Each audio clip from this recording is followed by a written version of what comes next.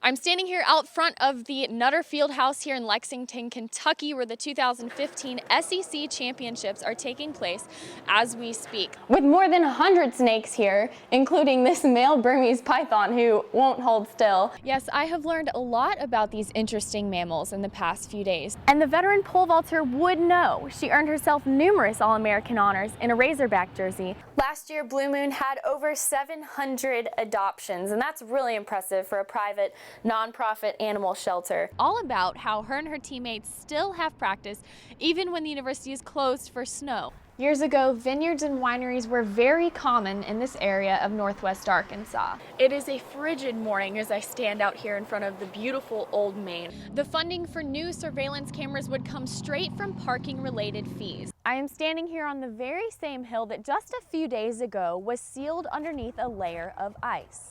As you can see behind me, the students are having a lot of fun. I had a very frigid interview earlier with an Arkansas athlete who told me all about how her and her teammates still have practice even when the university is closed for snow. The Arkansas track team is coming up on SECs in 2 weeks and nationals in 4, so they can't afford to miss a single practice. Let's take a look. Winter weather has hit Fayetteville, leaving most, but not all, with a day off. The Arkansas track and field athletes may have gotten a break from class, but regardless of the snow, they don't miss a day of training. So we've still got practice even if the university is closed, you know. We'll just wait to hear from our coach. Some girls, their cars definitely can't make it in the snow, so we carpool, we make sure everyone can get there. I've had to call the trainer one time, because I know he's got a big truck and I knew his truck could handle the snow. Makes me feel better knowing that they're getting there safe instead of that unknown. Obviously, it's not going to be a deal where if I can't make it, then it's really bad. It is a frigid morning as I stand out here in front of the beautiful Old Main. As you can see, the sidewalks are still a little bit frozen over and slick, so please be cautious while driving. The U of A has canceled classes for the morning, but they will resume later on today. Oh my gosh, yeah, I need some gloves. My hands are going numb. Should have brought gloves out here. Indoor nationals will be held here in Fayetteville at our very own Randall Tyson Track Center. You can catch it in March. Back to you. Thanks, Chelsea. Yes, I had the chance to sit down and talk with an athlete who told me about how his dreams of competing at a professional level were ruined by this injury. Many professional athletes have suffered from this, including Arkansas's very own track and field Olympian Wallace Spearman. Here's the story. Evan Palmer was a hammer, shot put, and discus thrower for the University of Buffalo in New York. He suffered what's called a sports hernia from the repetitive twisting and turning motions required of throwing. Basically, my ab tore off of my pelvic bone on both sides. You know, the term sports hernia really encompasses a lot of possible injuries. The surgery required is not easy, and there's a few specialists around the country that we send our kids to.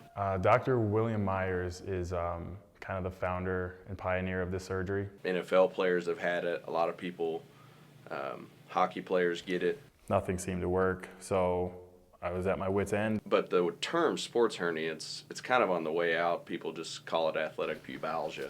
This is my post-op report. Sports hernias aren't an actual hernia. There's no, bulging through of the fascia. I had to get 4 MRIs. Surgery for a sports hernia or athletic pubalgia is not covered by insurance companies. And in my case, I was lucky. The school actually was liable for the coverage of my medical bills. You really need to make sure that the person that you're trusting your repair with knows what they're doing.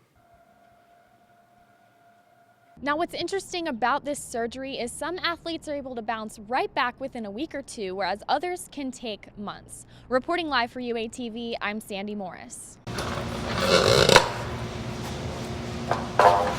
Olympic pole vaulter and former Razorback April Bennett has moved back to Fayetteville to train with the Arkansas track and field team. After failing to make the Olympic team in 2012, she decided to revisit the program that she was successful with in 2008. I just barely missed the London Olympics. I was an alternate for that team, and it was really bittersweet. and I just decided I don't want to be done. She says U of A pole vault coach Brian Compton was a key player in her making it to Beijing in 2008, and he is the only person who can help her to do it again. Coach Compton just has a different spin and a different look on it, and when you please him, when things finally click and come together, it's like the most rewarding feeling to have him standing right there on the other side of the railing, just big old grin. They said we didn't have a shot back in '08 also, so and we proved them wrong. Then they said, well, kind of got lucky, you won't make top 10, so we got top 8 there, so we'll give it our best shot. But one thing they can't do is she's already an Olympian, so they can't take that away from her. She says the U of A has something that sets it apart from everywhere else. Arkansas is the place. I mean, that's where the magic happened the first time, and had all my success here. And the veteran pole vaulter would know. She earned herself numerous All-American honors in a Razorback jersey and an 8th place finish at the 2008 Olympics in Beijing wearing red, white, and blue. Reporting for UATV, I'm Sandi Morris. With the holiday season just around the corner, scraping up cash to buy gifts for loved ones can be difficult to do. But tonight, a few families were given the gift of charity by SAC, the Student Athletic Advisory Committee at the University of Arkansas. SAC is made up of Razorback athletes who have excelled both in the classroom and in their sports. This handful of student athletes reached out to their friends and family and raised more than $1,700 in a matter of just a few days. I am right there with you, sister. Arkansas track athlete Alex Gokenauer says she can't think of any better way to spend her time than with these children. I mean, it's a great cause. It's great to give back to a community that gives so much to their athletes, and it reminds you of how blessed you are to be in the position that we are in. And it's great to give back. Game toy! Each child was assigned to a pair of athletes who walked them around Toys R Us to pick out $100 worth of new toys. Awesome! About 1 in every 45 children experiences homelessness in America each year. Although the holidays bring about emotions of love and kindness, it may be a good idea to consider giving not just now, but at times when many others are not. Reporting for UATV, I'm Sandi Morris. Thanks, guys. Yes, I got the chance to visit the Turpentine Creek Wildlife Refuge near Eureka Springs, and I got a close look at what they are doing to try to help these animals. The refuge opened in 1992, and they are constantly raising money for different projects, but right now, their main focus is raising money to get the animals off of the concrete floored cages and into grassy areas.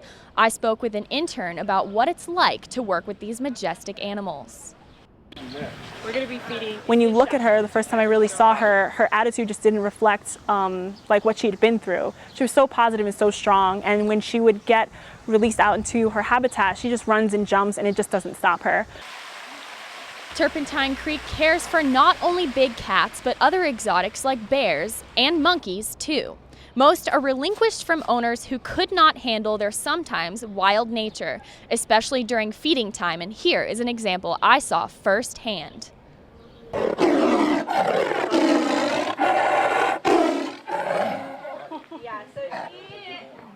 If you would like to contribute to the cause, you can visit their website and click on the donations tab.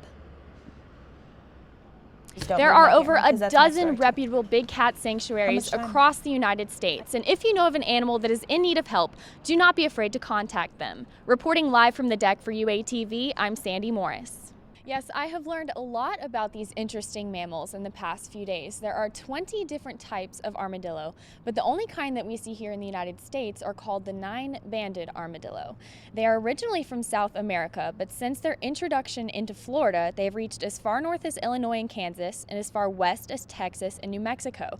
The first armadillo sighting in Arkansas was in the 1920s, and since then, farmers have had concerns about their effect on livestock.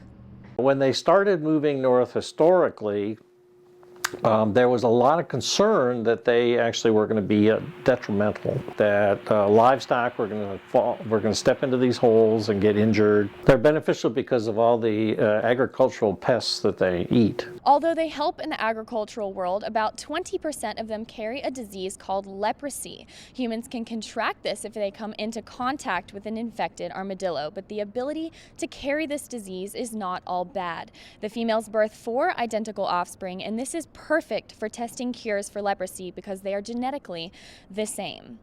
Leprosy symptoms usually occur 3 to 5 years after initial contact, but it can take as long as 20. This includes skin lesions, loss of feeling in the arms and legs, and muscle weakness. Reporting live for UATV, I'm Sandi Morris.